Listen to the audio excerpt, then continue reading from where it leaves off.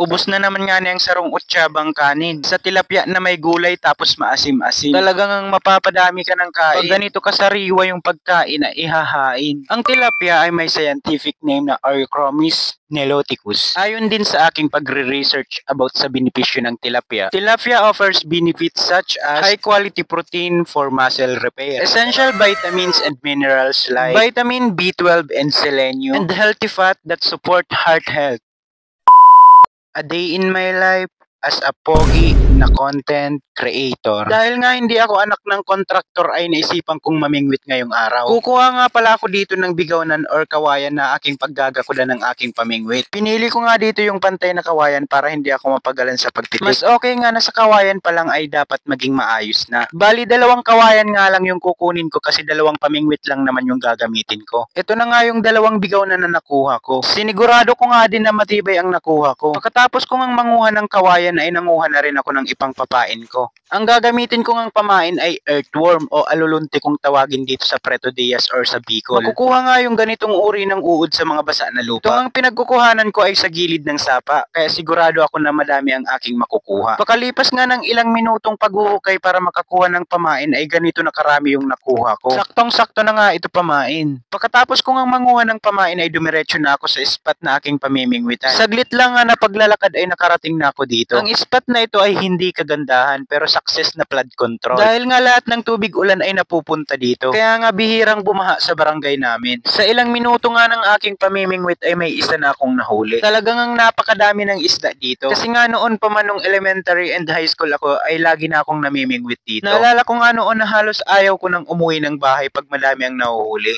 May mga pagkakataon pa nga na inaabot na ako ng dilim. Sa edad ko nga na 21 siguro 30% ng pagiging teenager ko ay nandito ako sa dam. Dahil bukod sa pangunguha ng gulay ay hilig ko na yung pangingisda. Mapalambat or pangingilaw or kahit pamimingwit man yan ay yan na talaga yung nakahiligan ko. Ang mga isda nga dito ay iba-ibang uri. May dalag tsaka igat, may hito tsaka tilapia at marami pang iba. Sa mga hindi nga nakakalam, itong ang dam sa amin ang nagsusupply ng tubig sa mga palayan tuwing tagtuyot. Kaya nga nasabi kong successful itong flood control na ito. Dahil nga sa laki ng naitutulong nito sa mga magsasaka. So ayun na nga nakailang piraso na nga ako dito ng nahuhuli. Sunod-sunod nga talaga dito yung nahuhuli ko. Hindi ko pa nga nailalapag yung isa kong pamingwit ay may humihila na naman sa isa ko pang pamingwit. Kung nahihiling nyo nga ni na kulay green sa tubig ng mga damo, ayan nga yung isang dahilan kung bakit madami ang nahuhuli ko ngayon. Tuwing tagtuyot nga tumutubo yung mga ganyang uri ng damo. Tapos pag inabutan sila ng tubig, ayan na din yung magiging pagkain ng mga isda. By the way, shout out nga pala sa mga nakasama ko na mamingwit dito. Asikaso! Ako nang bahala sa pagkaon para di kita magutom.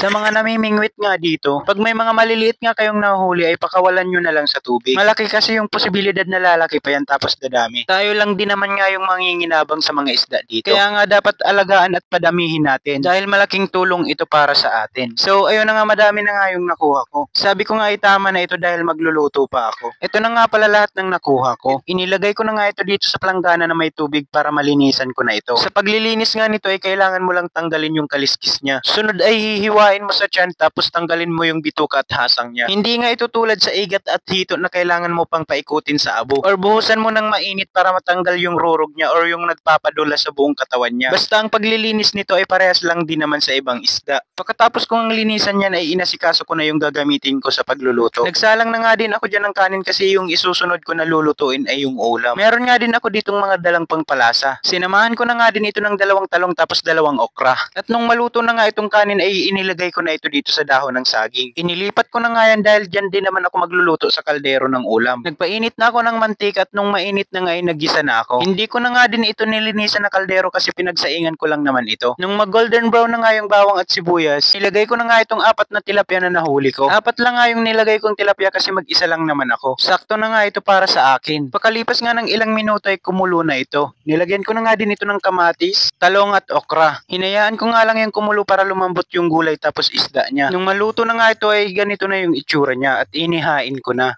At dahil nga nagugutom na ako ay ako'y kakain na. By the way, special shoutout nga pala kay April Estipona. First time ko nga lang din magluto ng ganitong putahe sa tilapia. Madalas kasing ginagawang luto dito bukod sa prito ay ginataan tsaka adobo sa gata. Kaya nga sabi ko sinigang naman para maiba naman. Bali yung lasa nga niya ay napakasarap talaga. Kung nakaabot ka nga sa part ng video na to, huwag mo nga kalimutang mag-follow, react, and share. Malaking tulong nga yun para sa akin as a small content creator. Hanggang dito na nga lang pala yung video na to. Thanks for watching!